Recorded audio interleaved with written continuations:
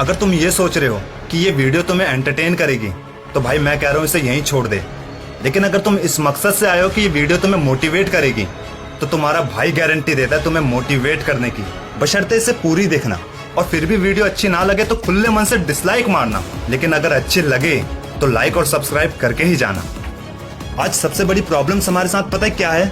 हम लोग पढ़ाई में टॉपर्स तो बनना चाहते हैं, लेकिन हम लोगों को टॉपर्स की पहचान ही नहीं है।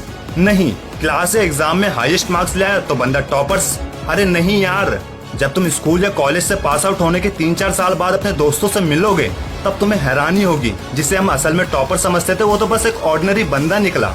और जिस बंदे पर साला किसी ने ध्यान ही नहीं दिया वो बंदा झंडे गाड़ के बैठा होगा। क्यों? क्योंकि हम लोगों ने ज्यादा मार्क्स लाने वालों को टॉपर समझने की गलत सोच बना रखी है। अब मुझे ये बताओ, लास्ट बेंच पर बैठने वाला बंदा जो एवरेज नंबरों से पास होता है लेकिन किताबों से समझता है रट्टा मारने की बजाय, भले ही उसके आंसर शीट में लिखे हुए आंसर्स किताबों के आंसर से डिट्टो मैच नहीं होते मगर मीनिंग सेम है, तो क्या वो बंदा टॉपर्स नहीं बन सकता? पता है हमारी एजुकेशन सिस्टम की सबसे बड़ी प्रॉब्लम्स क्या है? यहाँ केस स्टडी नहीं होती, सिर्फ डेफिनेशंस को याद करो। थ्योरी थ्योरी थ्योरी, हमें रोबोट्स बनाया जा रहा है। हाइड्रोक्लोरिक एसिड से हाथ जलता है, क्यों जलता है? क्योंकि किताबों में ऐसा लिखा है। सर किताबों में ऐसा किस बेस पर लिखा है? अब तुम टीचर से जुबान चलाओगे? 50 फट्टू स्टूडेंट्स में से एक हिम्मत करके पूछे तो उसे जुबान चलाने के जुर्म में डांट कर बैठा दिया जाता है। बाकी बच्चे की क्यूरियोसिटी और कॉन्फिडेंस का क्या? खत्म, दी एंड। और एक फर्स्ट आने वाले स्टूडेंट से आंसर पूछने पर उसका डिट्टो सेम किताब वाला आंसर देने पर उसे शाबाशी दी जाती है। क्यों, कब, कैसे पूछने वाले को तो लोग बस फुद्दू या डम ही समझते हैं। पर मैं कह रहा हूँ तुम किसी के फुद्दू समझने से क्यों, कब, कैसे सवाल पूछना बंद मत करना,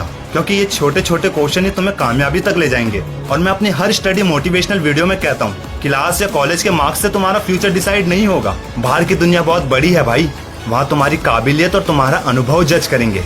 क्या खूब कहा है किसी ने, a single piece of paper cannot decide our future. और एक बात भाई, इंटेलिजेंट बंदा वो होता है जिसका IQ ज्यादा होता है, और ये साइंटिफिकली प्रूव्ड है। क्लास में फर्स्ट आने वाले स्टूडेंट्स से ज्यादा IQ एवरेज स्टूडेंट्स का होता है। मैं ये बिल्कुल नहीं कह रहा कि तुम क्लास में फर्स्ट आना जानबूझकर छोड़ दो। अरे जो पढ़ रहे हो उसे समझो और फिर एग्जाम में जितना समझ में आया उसे लिखो।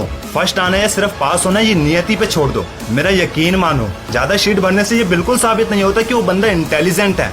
जो कम शब्दों में सही बात लिखता है वो होता है इंटेलिजेंट। पढ़ाई का असली मतलब क्या होता है? लर्निंग, वो लर्निंग जो सिखाए कहीं से भी, सिर्फ किताबों से जरूरी नहीं। शायद यही कारण था कि बिल गेट्स और एलोन मस्क जैसे ड्रॉप आउट आज सक्सेस है, क्योंकि उन्होंने कॉलेज छोड़ा, पढ़ाई नहीं। अरे जितनी हमारी अब तक की किताबें नहीं होंगी उनसे बड़ी तो उनकी लाइब्रेरी होती है।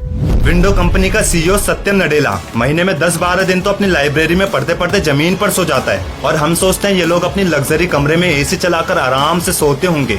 एक बात बोलूं, भले ही सुनने में थोड़ी कड़वी लगे पर याद रखना, आज अमीर और अमीर इसलिए नहीं हो रहा क्योंकि उनकी किस्मत के ताले खुल गए या फिर उन पर लक्ष्मी मेहरबान है। वो अमीर इसलिए हो रहे हैं क्योंकि वो अपने काम की स्पीड दुगनी करते जा रहे हैं, और हम गरीब लोग टूटकर बिखरे हुए हैं। अमीर वर्सेस गरीब के अंतर में बहुत जल्दी मैं एक वीडियो बनाऊंगा, लेकिन इस वीडियो के अंत में बस इतना ही कहूंगा, जब जब तुम पढ़ने की सोचोगे तुम्हें हर बार अपने मन पर बेरहमी से अत्याचार करना होगा, क्योंकि इतिहास साक्षी है पढ़ाई और मन की एक साथ आपस में कभी नहीं बनी। तुम्हें इनमें से किसी एक को चुनना होता है। यही चुनाव हमें टॉपर्स और फेलियर्स बनाते हैं, और जबकि हम ये अच्छे से जानते हैं कि इन दोनों में से कौन सी चीज हमारे लिए फायदेमंद है। पर मन पे काबू पाना इतना आसान है क्या?